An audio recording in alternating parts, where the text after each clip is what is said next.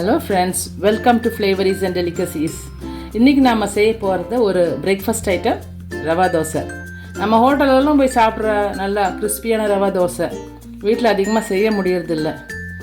But இன்றைக்கி நான் செய்கிற ரவா தோசையோட அதே மெத்தடில் நீங்களும் செஞ்சிங்கன்னா அதே மாதிரி நல்லா கிறிஸ்பியாக நல்ல முறுமுறுன்னு ரவா தோசை செய்யலாம். ஸோ இன்றைக்கி அதுக்கு தேவையான பொருள் பார்த்திங்கன்னா ரவை 1 கப்,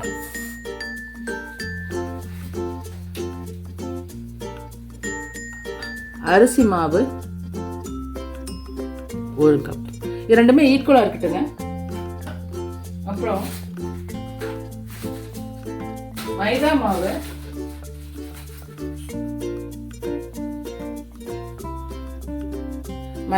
ஒரு 1/4 கப்.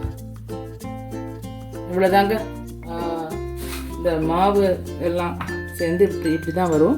அது தேவையான இது உப்புங்க,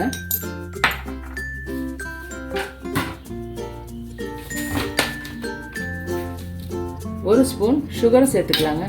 அது ஒரு மாதிரி நல்லா கோல்டன் கலராக வரும், கிறிஸ்பியாக வரும், அதுக்கு கண்டிப்பாகும் சுகர். அப்புறம் மிளகா ஒரு 2 பச்சை மிளகா, 1 இன்ச் பீஸ் இஞ்சி, கருவேப்பிலை, ஒரு வெங்காயம் பொடியாக நறுக்குனது, இவ்வளோதாங்க. அப்புறம் அதுக்கு கொஞ்சம் குருமிளகு 1 டீஸ்பூன் முழுசாகவே போட்டுடலாங்க. அதே மாதிரி 1 டீஸ்பூன் ஜீரகம். அப்புறம் இதுக்கு தேவையான தண்ணி. நிறையவே தண்ணி சேர்க்கலாம், ஏன்னா ரவை இது ஒரு 1 ஹவர் நம்ம இதை அப்படியே ஊற வச்சுருவோங்க. இந்த ரவையெல்லாம் நல்லா ஊறி நல்லா இன்னும் தண்ணி உறிஞ்சிரும், ரொம்ப கம்மியாயிடும். நீங்கள் பார்க்கும்போது உங்களுக்கு தெரியும்.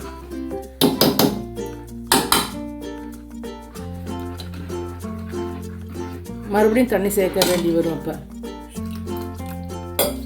ஏன்னா ரவை தோசைக்கு ரொம்ப தண்ணியாக தான் ஊற்றணும், கெட்டியாக ஊற்றக்கூடாது மாவு. இது இப்போ இப்படி இருக்கட்டுங்க. ஒரு 1 ஹவர் பொறுத்து பார்க்கலாங்க.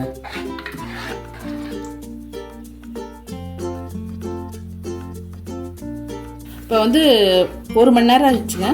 இப்போ இந்த ரவா தோசையோட இந்த பேட்டர் பார்த்திங்கன்னா நல்லாவே திக்காக இருக்குது. இந்த அளவுக்கு திக்னஸ் வேண்டாங்க நமக்கு. நாம் இன்னும் கொஞ்சம் தண்ணி சேர்க்கணும்.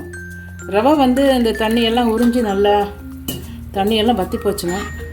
ஸோ இது இன்னும் நல்ல தண்ணியாக இருக்கணும். அப்போ தான் உங்களுக்கு ரவா தோசை நல்லா கூட வரும். இந்த கன்சிஸ்டன்சி போதுங்க. இது கரெக்டான கன்சிஸ்டன்சி. இதிலே இனி நாம் சேர்க்க வேண்டியது, நாம் ஜீரகம், குருமிளகு, பச்சை மிளகா, வெங்காயம் எல்லாமே முன்னாடி சேர்த்துட்டோங்க. இப்போ கொஞ்சம் கொத்தமல்லி மட்டும் போட்டிருக்கோம். இப்போ தோசைக்கல் அடுப்பில் இருக்குங்க, சூடாகட்டுங்க. நல்லா சூடாகித்தான் நம்ம போடணும், ஊற்றணுங்க மாவு. ஸோ நல்லா சூடாகட்டுங்க. அதுக்கு முன்னாடி நல்லா இந்த ஒரு துணி வச்சு நல்லா இந்த ஃபுல்லாக எண்ணெய் ஸ்ப்ரெட் பண்ணிடலாங்க.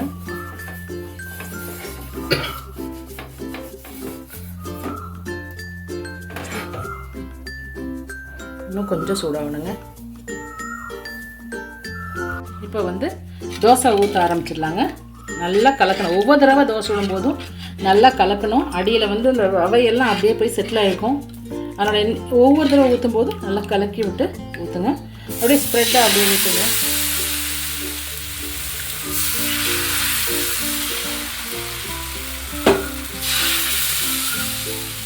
கொஞ்சம் கொஞ்சம் ஓட்டையெல்லாம் இருக்குங்க, நடுவில் இருக்கட்டுங்க. அப்போ தான் அது நல்லா கிறிஸ்பியாக வரும்.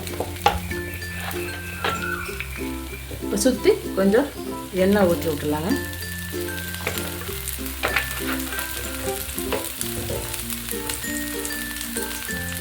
இது நல்லா பொறுமையாக வேகட்டுங்க. ஃபுல்லாக வைக்க வேண்டாம், சட்டு தீஞ்சிரும். மீடியமில் தான் வச்சுருக்குங்க ஸ்டவ்வு. இப்படியே வேகட்டுங்க.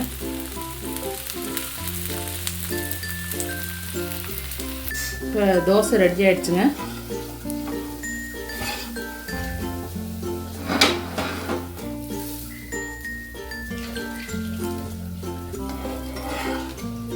பார்த்தாலே தெரியும் எவ்வளோ கிறிஸ்பியாக இருக்குன்னு.